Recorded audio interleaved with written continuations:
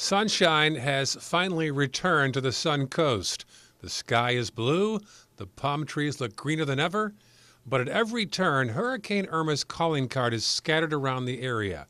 Piles and piles and piles of debris, boats tossed around the bay like toys, and people picking up, both government employees in yellow vests and citizens sweeping outside their homes.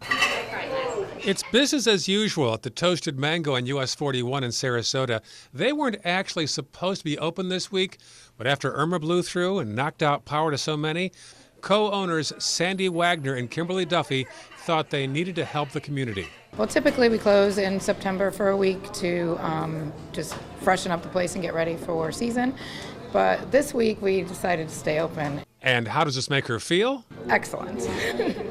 Feels good to give back. I didn't really prepare for it. Sandy admits she didn't take Irma seriously enough. I know, I just was watching it. I didn't think it was really going to come here. I feel like Sarasota is blessed. I didn't panic, and then all of a sudden, the day before, I'm like, I guess I better start panicking too. And she admits Irma has changed how she'll prepare for future hurricanes. No, I think I'm going to go out and get all that stuff right now. It caused me to kind of rethink all the things you need and you take for granted. Don Paxton changed, and his friend Dave Kaufman also admits he got a wake-up call by Irma. What it did, it made me think you have to be prepared. Preparation is the main thing. And one thing that I really noticed that it made neighborhoods come together. We worked together. We boarded up people's house. We helped everybody else. We helped people that, didn't have the means, and it brought the community together for sure. It brings everybody together. I feel more resilient. Shauna Brown is moving back into her townhouse.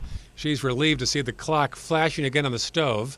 That means the power is back on with air conditioning and refrigeration.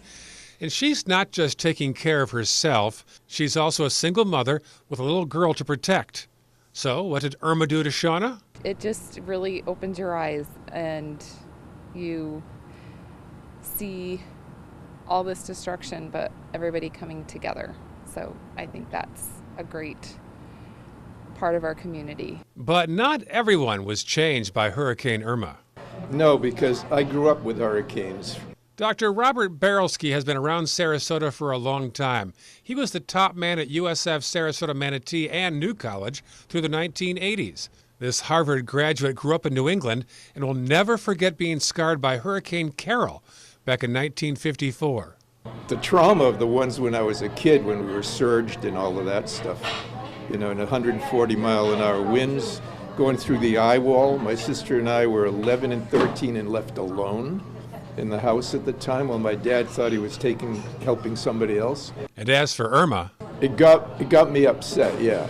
The main thing was the way people were panicking too much, and it makes it hard to prepare well. Hard to prepare or not, Kimberly Duffy says this week changed her in more ways than she even realizes.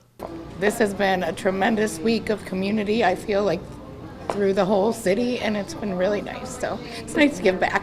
In Sarasota, Ray Collins, ABC 7, your Suncoast News.